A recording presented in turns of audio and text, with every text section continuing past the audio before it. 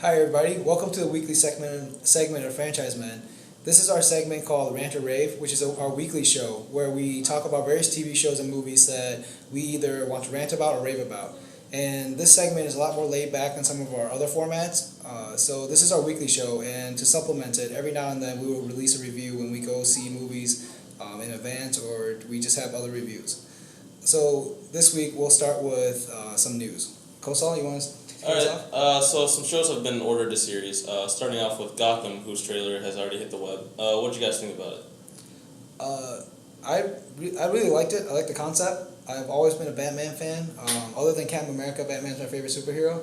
But as an objective viewer, though, I don't know. I feel like it could be another one of those too much of a cop show and not enough of a superhero show. Yeah, I don't think I'm a big fan of it because, I mean, everyone's going to be like, oh, the association with Batman. Most people know, like, well, decent amount of people know that Gotham is where Batman fights crime.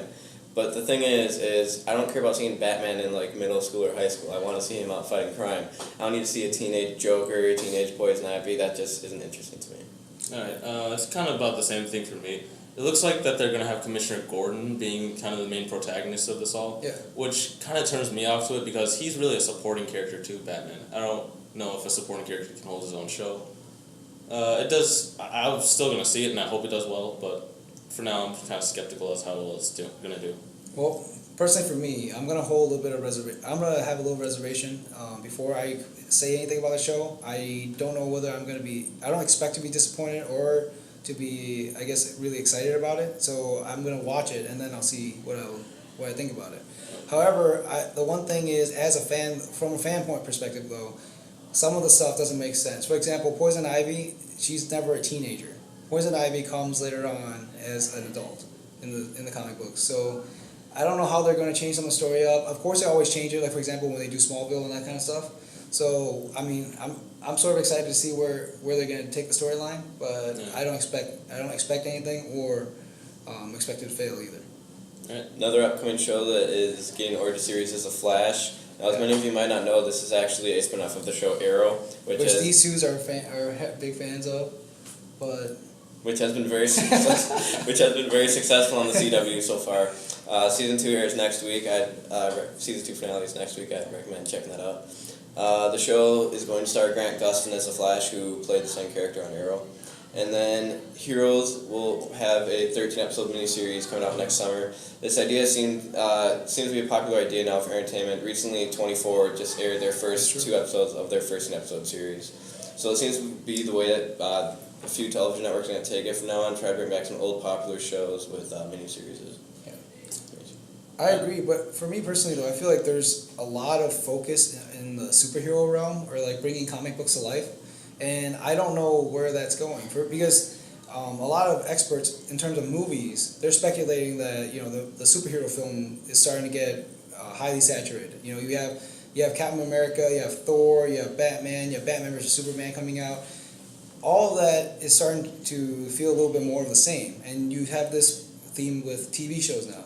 So that's what I meant when I said I don't know what to expect, because you have Arrow, you had Smallville, and now you have Flash, and you have Gotham. It's like, where can they bring something new to the table? Well, I don't know if they necessarily have to bring something new to the table. I mean, how many shows are there of reality television where it's the same old crap that you see every time over and over again? You just compare reality TV to Arrow. That's a good. Okay. But I'm saying people will still watch it, and that's what really matters. Right. I'm a big fan of superheroes too, but the same plot of some guy got superpowers, now they're going to use his love interest against him, and it's going to be an annoying romantic plot that no one really cares to see. A lot of it does get recycled for television, like cop shows. How many cop shows are there really? Yeah. That's a good point too, and those have been around for years. And also, I do understand what the experts are saying. Like, yeah, there are more being pumped out now more than ever, but I mean, there's also more films being pumped out more than ever. And also, to the extent there are 4 superhero movies coming out this year. Mm-hmm. That's just 4. I mean, how many more romantic comedies are coming out this year? Out of hundreds of movies coming out this year. I mean, it's not. Okay. They're just the ones that get the most money. That doesn't mean that they're the only thing coming out. Yeah. Also, I'm sure at some point the superhero golden age will die down a bit, but we're still going to be getting 1 or 2 movies a year. All right. Let's see. a few shows have also been renewed, such as Game of Thrones, who I'm surprised they actually renewed it for 2 seasons instead of 1, which I do like because they're showing it's like they're being ballsy about it. Like, yeah, we're not going anywhere. Let's renew for 2 seasons so the writers have time to just plan it all out and get all production in set. I think that Game of Thrones is pretty much a sure thing for their network. I Right. mean, I'm sure they actually have plans for way beyond 2 seasons as soon as they've officially announced. Like, I think that show goes till they finish the story. Yeah, I mean, I agree with Tyler. I feel like Game of Thrones is one of those shows that's just going to be around until it ends because it has such a consistent audience base. Mm-hmm. There's so much following for it. Yeah. That I don't think that it's going to go anywhere. It's just a sure thing for HBO. So if anything, any other show, I would be every season I'd be, even no matter what the ratings are, a lot of shows you would be worried about, but for Game of Thrones I'm never questioning it. I agree with you. Also, how many books do they have left? They have 2 books left to write? I believe he's still writing 3 books. He's writing 2 books. 2 books? 2 books left? Well, I can't actually remember. I think there's one book coming out soon. Yeah. It's supposed to be released this year, and right now we're just about finished with the 3rd book in the TV series. Okay. Out of, so- how many has he done so far? Out of 6. I think So they're about 5? halfway? Yeah. About halfway then? About halfway in, yeah. Okay. So, and it takes him usually a couple years to write the next book, which means that by the time he writes his next book, they're probably going to be caught up. I really hope that guy starts eating salads because if it takes him that many years to write 2 books. Oh my God! If he watches this, damn it! I really hope. Just one. I love you, man.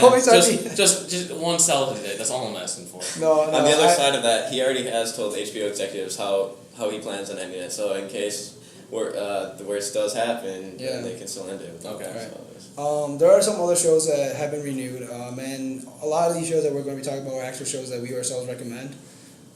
For example, I'm pulling up the list. you don't even pull. It's just a list that we made. Okay. Oh, I wasn't done with that. Okay. Right there. Well, I actually watched Base Hotel. These 2 don't. I rather like the series. But it got renewed. It's almost done with its 2nd season now. So. In case it wasn't clear, you said Bates Motel, and that's a TV series based on the book, and which there was also a film, if you guys remember, based on the book as well, called Psycho by Alfred Hitchcock. Let's see. One of our favorite shows, Arrow, was also renewed. One of their favorite shows. Ours, okay. I haven't seen it. This guy, this summer, we'll make sure he gets it. Okay. Another show you guys like, Archer, also got renewed. Yeah, Archer. Okay, Archer and Arrow. A lot of people get confused. Archer has nothing to do with Arrow. Yeah, Archer is about a comedy about a secret agent and his mom who runs the secret organization. ISIS. He runs ISIS. Yeah, and what they do, it's basically the same level of comedy almost as Family Guy. Honestly, so if you like Family Guy, I think you would like the humor. I think it's just more of a preference of what. Yeah, I think you would like the humor of Archer. But even though I have not seen Arrow, I have seen a couple episodes here or there, caught a glimpse when they were watching it, and I have to say Arrow does look pretty good, and the story, and as it went on though, the story seemed to be a lot more coherent too. It moved away from the villain of the week sort of deal, and it had all these overarching storylines, plots that they always came back and wrapped around. So. It does seem like a show that I would recommend. A lot of people are unfamiliar with the property, but Green Arrow is actually a member of the Justice League. He's worked alongside Batman, so a lot of people don't know that though. Okay, yeah. The show. Tyler, have you caught up on Grimm yet? I haven't, no. Okay, well that actually got renewed too. It's kind of like a dark cop story tale type thing, kind of like the Brothers Grimm type. It is based on the Brothers Grimm, right? It's based on the fairy tale. Hence the title yeah, Grimm. yeah, it's based on it. And then you don't even give me that much status go, so okay. I'm just trying to help you out here. I'm all right. Okay. And then some other news that came out this week. And this is movie news now. Yeah, this is we're moving on to film. Okay, yeah. So first of all, which is something I'm kind of, I don't know. I'm very excited about this actually. It's just the movie overall. I don't know what to think about it. And it's the next Terminator film coming out. We know for sure that Arnold Schwarzenegger has re-signed to be on the next Terminator film. And honestly, he was a missing presence in the 4th one, and that affected my enjoyment of it. But now we know that Matt Smith, the 10th Doctor, is he 11th Doctor? Oh man, I'm gonna get hit by a Doctor Who fan so hard. But the 11th Doctor, Matt Smith, he's signed on to be on Terminator as well, and now we don't necessarily know which role he's taking. They say he's gonna play sort of the opposite of Arnold Schwarzenegger, but we don't know if Arnold is coming back as a villain or as a hero. Like he has. Oh, they're bringing it back to Terminator. I mean that. He's always, but is it a good Terminator or the bad Correct Terminator? me if I'm wrong. I believe that in the most recent. The 4th one. I'm pretty sure that we did see him briefly as a Terminator. Yeah, at the end. When Oh, they that went to was- the base. yes, I believe yes. that we did see him as Terminator. Yeah, but I'm actually really excited to see Matt Smith. He's sort of quirky. He's a little bit weird, but he's also got the charisma. So I don't know. I'm excited to see whatever role he plays. I've never watched Doctor Who. That's like the one piece of pop culture that I haven't seen yet. Okay. And it's a lot of episodes. I don't know if I have the time to catch up on it right now. Yeah. I have seen all of the rebooted kind of 2005 on version. Of Doctor Who. Or? Of Doctor Who. Okay. And then he is a pretty good actor. He has this kind of weird alien looking face, which I think does kind of fit. I know in. what you mean. Kind of like Benedict Cumberbatch. Yeah, kind of the elongated chin and all that. And I feel like he could play opposite Arnold Schwarzenegger, but I mean, I don't know if I could see him as any sort of other Terminator or anything. They said that he plays someone close to John Connor. We know it's not Kyle Reese's father because that guy's already been cast. So maybe it could be a new character then. Okay. Yeah, but I mean, I don't know. And also, just so you guys know, before anybody freaks out, he didn't mean that Matt Smith wasn't a good-looking man. He was just saying that personally, he thought that he has a certain look. He has a very unique face. There you go. Unique, there you go. that's Yeah. So next on the list we have Dawn of the Planet of the Apes, and Tyler, if you want to start us off with that, what do you? Well, recently a new trailer came out for it. This movie looks. I'm really excited for it. Caesar, the motion capture done by Andy Serkis, same guy who did Gollum. That's pretty impressive right there. I like how they've evolved him. It takes place 10 years later, I believe, past the first movie. Yeah. So And now he can his speak age is English. going I think up, the other apes can understand when he's speaking English Yeah. too. So I kind of wish James Franco was back, but I think it'll be good overall. Yeah, and you guys didn't know, this is a sequel to Rise of the Planet of the Apes, which came out, when was it? Like maybe 2 years ago? 2 years ago. Yeah, 2 years ago. And it was the one that starred James Franco being a doctor who was taking care of Caesar, who's the ape. I don't know, I'm very excited for this. I've always been a fan of Planet of the Apes. I've always thought that, it was a very interesting story, and with the new CGI and all that stuff, it sort of brings the story to life. Yeah. I know a lot of people didn't like the rebooted one with Mark Wahlberg in it, but I actually unapologetically liked that movie. It was pretty entertaining for me. You can't not like Marky Mark. Marky Mark is Which movie? The Planet of the Apes, the one that came out with Mark yeah. Wahlberg. Oh yeah. Where he goes through sort of like a time portal. Yeah. thing. But then I really like the Rise of the Planet of the Apes a lot more actually because Andy Serkis, he's the god of motion capture, but what he brought to the role of Caesar, it could have just been this generic monkey, but then instead he had a lot of heart, and when you actually see him get hurt by that guy who played Malfoy from Harry Potter, As if people needed another reason to hate that What was actor. his name? I can't remember. I just know him as Draco. Tom. Dang. Okay. Look it up, Tyler. But while Tyler's looking that up, we can also after that. I want to. Okay, and then actually the cast of the new Dawn of the Planet of the Apes, you may have noticed Gary Oldman's in there. You guys know him as Commissioner Gordon or Sirius Black.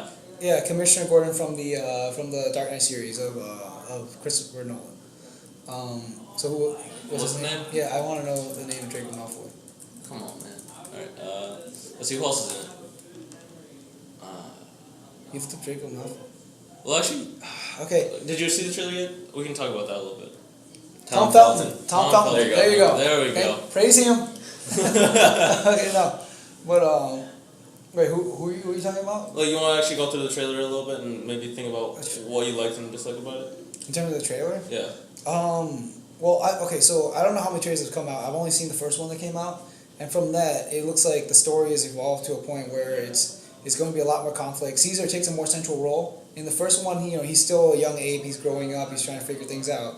But in the next film, I feel like he's a much deeper character now. In fact, he may even be the main character. Yeah, I got that tone from the new trailer too. He is like in charge of these apes. He is their leader. They listen to what he says. Right. But he also, I don't know if they've said if the other monkeys can speak English, but he can speak English and communicate with the human like representatives. And it seems like they're like almost two separate governments. Right. I do like that he's not like perfect English yet, like just talking like our conversation, but he's just like, no, leave, and like all that. It's just like basic words to communicate. Yeah. I'm sorry, I didn't get that. What was he talking like again? No. No, okay. But moving on from that, next we have some pretty exciting news, especially for you Star Wars fans. The new cast of Star Wars has been announced with Carrie Fisher, Mark Hamill. And was Harrison Ford? He was confirmed too? Yeah, so Harrison Ford's coming back too, which is really exciting. They also because have the people who originally played Chewbacca, C-3PO, and R2-D2. For real? Mm-hmm. Oh man, yeah, that's I think they're also in the middle of talking of getting Lando back too. Lando? I think that's more of a rumor. Honestly, I would be fine without Lando. Okay. Yeah. He wasn't a big character for me. Yeah. But I mean, it would be nice kind of seeing him back again. Yeah. And yeah, I mean, just in case you don't know, so Disney, was it Disney? Disney Yeah, recently bought the rights to Star Wars from George Lucas and Lucasfilms, and now they're going to, with the help with hiring on J.J. Abrams, right, as the director, they're going to bring a new episode to Star Wars, which is Episode 7, or Episode 4 if you guys, if you don't count the prequels, but Very true. yeah, but yeah, so now they've confirmed the cast, and J.J. Abrams mentioned that he wanted to bring in a completely new cast. Oh, yeah. He did not want anybody that could be recognized from different films and come in affecting the sort of the atmosphere of the new Star Wars film. Yeah, everyone besides the original actors coming back are all very unknown. Yeah. Right. I think I've only seen actually one or two of the actors in an actual thing, like without researching them beforehand. I know that Andy Serkis, we've seen him in quite a few things, but he's still very unknown in relative terms. Like, I can't, if I saw him in a movie, I wouldn't go, that's Andy Serkis. It's just kind of like a guy. I expect that he'll be doing motion capture for something, but it better not be another Jar Jar Binks, because then I don't want him. Why you guys say Jar Jar? Because Misa talk like this. Yeah, and Misa likes him. Misa. Well, I mean, I don't. Yeah. I think that's a bad opinion. Right. Also, I think there was also, I don't know if this is confirmed, but I think it was more or less a rumor that they made it, what was it, the new title, the old fear, the ancient fear. Yeah, that was the new title. Yeah, that's the working title. That's working title. Yeah, that's the working title. So it's sort of like the secret title of their But project. like that doesn't relate much because Right. Blue Harvest was the working title of Return of the Jedi. What does that have to do That's with true. Return of the Jedi? That's at all? Nothing. That's true. And in case you guys didn't know, though, J.J. Abrams is also the director of the new Star Trek series, if I'm not mistaken. Yeah. And I feel like, and I understand a lot of Trekkies thought that the new Star Trek films didn't really maintain the overall idea of the original. You know, because the Star Trek films are more about exploration and optimism. But I feel like in its context, though, I feel like J.J. Abrams did pay a lot of homage to the original Star Trek series, and I don't know. I kind of expect him to sort of do the same with Star Wars. I believe he's dropped out of directing the third Star Trek because he's pretty busy with Disney and Star Wars right Okay. now. Yeah. I mean, Well, J.J. Abrams, I've only seen the most recent Star Treks. I haven't seen the original Star Trek movies, so I can't judge how it is compared to the other one. But I do also believe that he did a pretty good job with these ones. I thought it was just this really stupid thing before I watched the first Star Trek movie, and then I watched it. And I was mildly entertained. I was pretty impressed. The second one I don't know if was quite as good as the first one, but I did like the first one better. first you tell George to eat a salad, and now you say you thought Star Trek was a stupid thing. How many more people do you have to insult in this video, Kosal? Everyone. And then also, he's the sci-fi guy. I mean, he also does a lot of. I think he has to give a stamp of approval for all of Bad Robots productions, but they do a lot of television shows. If you didn't know. I don't know. Well, Tyler, you're a huge Star Wars fan, and as we know, there's a lot of canon already out there. And now they've officially announced what is canon and what's not canon. In terms of, there's a lot of. So after the last episode of Star Wars, which is Return of the Jedi, there were a lot of books written around Star Wars universe. So, what do you think? Do you think J.J. Abrams or like Disney will sort of build off of that, or do you think they might try to do their own thing too? I'm sure they'll draw from it and take a few characters that people know from it. Right. I don't think they'll go plot point by plot point because I haven't personally read them, but like I'm sure many people have, and that they won't be surprised. So. I'm in the middle of the Thrawn books right now, but I think they're not gonna go plot point for plot point like you said. I think the best thing to do would be kind of cherry pick and just go, okay, we really like this aspect of a character from this book. I like this aspect here, and then it's like they put all that in the new movies. Right. Also, you were talking about what's canon, and they have actually told us what is not canon. It is the 6 movies, the prequels, and then the original trilogy, along with Star Wars: The Clone Wars.